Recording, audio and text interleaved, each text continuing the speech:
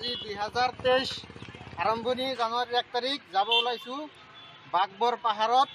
আৰু এয়া মোৰ প্ৰথম ব্লগ।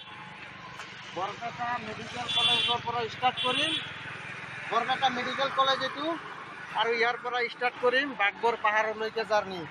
ঠিক আছে, তো সকলোলৈ নতুন বছৰৰ অনেক শুভেচ্ছা।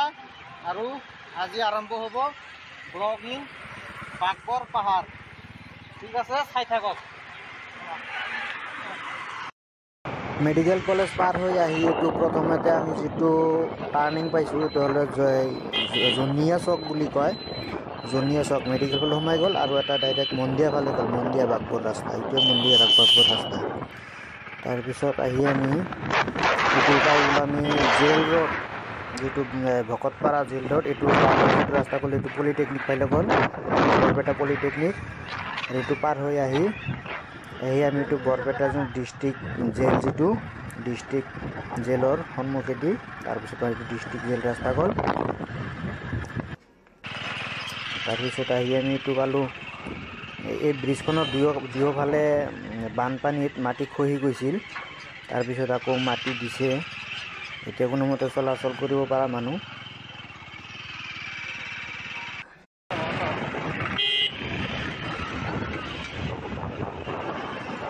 বৰপেটাৰ পৰা প্ৰায় 10 পৰা 12 কিলোমিটাৰ পাৰ হৈ আহি আমি পালোঁ এইটো মন্দিয়া বজাৰো। আমি ব্ৰিজখন পাৰ হ'লে এই ব্ৰিজখনৰ এটা ইতিহাস আছে। এইটো ইংৰাজে বনোৱা ব্ৰিজ হয়, এতিয়ালৈকে নতুনকৈ বনোৱা হোৱা নাই।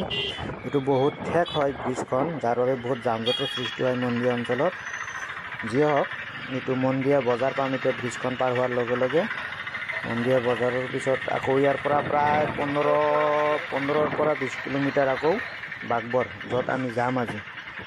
গতিকে চাই থাকক বাগবৰ পাহাৰলৈকে।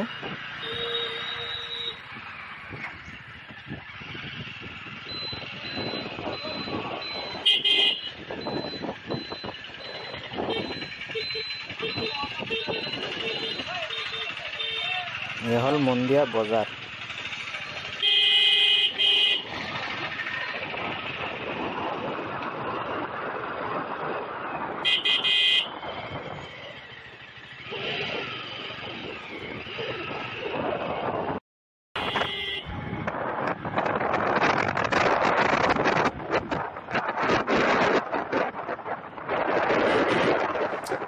আহি পালোঁ আমি এয়া মন্দিয়া আউটপোষ্ট আৰক্ষী চকী। এইখনে মন্দিয়া আউটপোষ্ট পাৰ হৈ চিধা একেবাৰে ডাইৰেক্ট বাগবৰ হ'ব।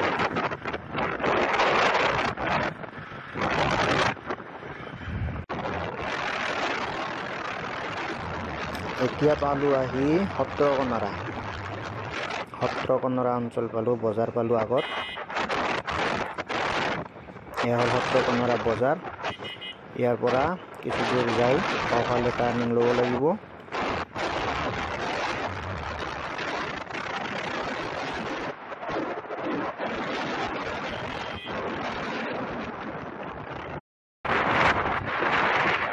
সত্ৰকনৰা পাৰ হৈ আহি এতিয়া পালোঁ মিলিজুলি বজাৰ। এয়া হ'ল মিলিজুলি বজাৰৰ মাজেদি গ'লোঁ।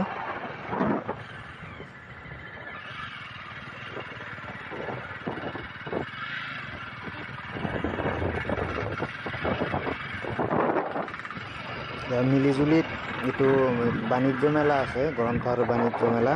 এয়া প্ৰস্তুতি চলি আছে।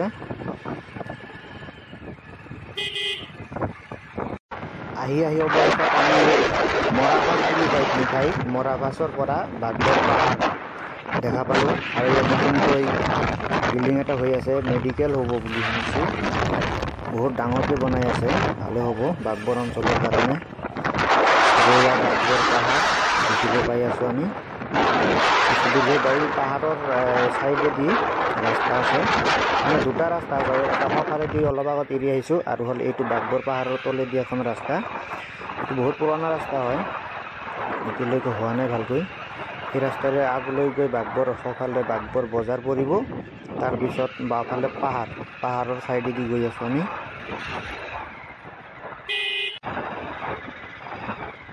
পাই গ'লোঁ বাগবৰ থানা। এই থানাৰে পিছফালে হ'ল পাহাৰ। যে বাগবৰ থানা সোমাই গ'লোঁ।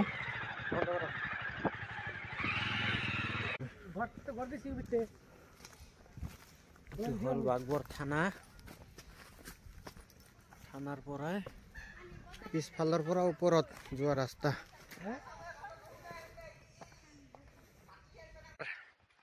উঠি আছো ওপৰত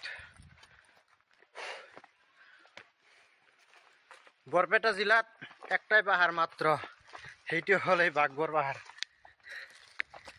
বাকি সব গোৱালপাৰা পুৰি গৈছে নদী এইটো বাগবৰ পাহাৰ উঠি আছো ওপৰত আৰু বহুত ওপৰত যাব লাগিব মেইন ভিউটোত যাব লগা হলে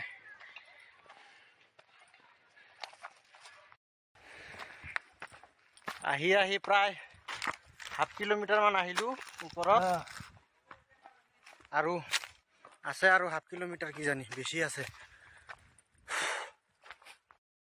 তাৰপৰ আৰো আছে উপৰত আৰ উপৰত আহি পালো ইমানখিনি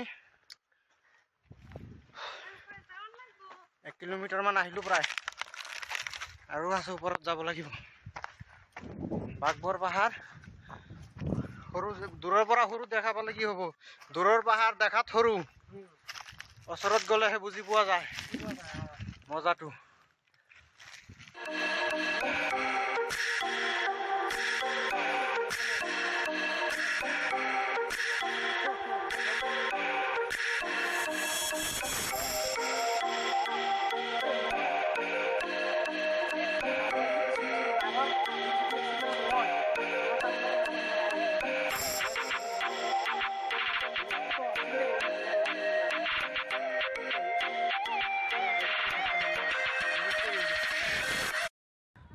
তো বন্ধুসকল এইটোৱে হ'ল বাগবৰ পাহাৰ ইয়াত তিনিটা আছে আসলতে টপ এনেকুৱা চূড়া তাৰে এইটো এটাত মই থিয় হৈ আছো আৰু এটা হ'ল এইটো যেটো আটাইতকৈ ওখ তাত আজি যাব নোৱাৰিম বহুত দূৰ হয় আৰু কষ্ট বহুত হ'ব জলৈকে আহিছো বহুত দূৰত আহিছো এইটো হ'ল বাগবৰ পাহাৰ আৰু এইটো হ'ল নদী ব্ৰহ্মপুত্ৰ নদী বৰপেটা জিলাৰ ব্ৰহ্মপুত্ৰ নদীৰ পাৰত বাগবৰ পাহাৰ এইটো বাগবৰ এইটো তাতো গৈছে মানুহ বহুত এইটো ৰাস্তাটো বেলেগ ফালে দি যায় আকৌ এইটো এটা এয়া হ'ল ব্ৰহ্মপুত্ৰ বালিচৰৰ পৰা বাগবৰ পাহাৰৰ দৃশ্য এনেকুৱা দেখি এইটো হ'ল থানা আৰু এইবিলাক হ'ল নাওঘাট এইটো সাইড হল গোৱালপাৰা বৰপেটাৰ কিছু অংশ আছে বাকি গোৱালপাৰা পিকনিক খাই আছে মানুহে বালিচৰত বাগবৰ পৰা উভতাৰ পথতে চাওক ৰাস্তাৰ ভিউত আছে কি ধুনীয়া সৰিয়হ খেত বৃহত্তৰ বাগবৰ অঞ্চলৰ যিবিলাক শাক পাচলিৰ খেতি চাওক কি ধুনীয়া সেউজীয়া খেতি পথাৰ ইয়াৰ পৰাই আমাৰ বৰপেটা ৰোডত সকলো শাক পাচলিবোৰ গুচি যায় ইয়াৰ পৰা চাওক কি ধুনীয়া সেউজীয়া বতৰ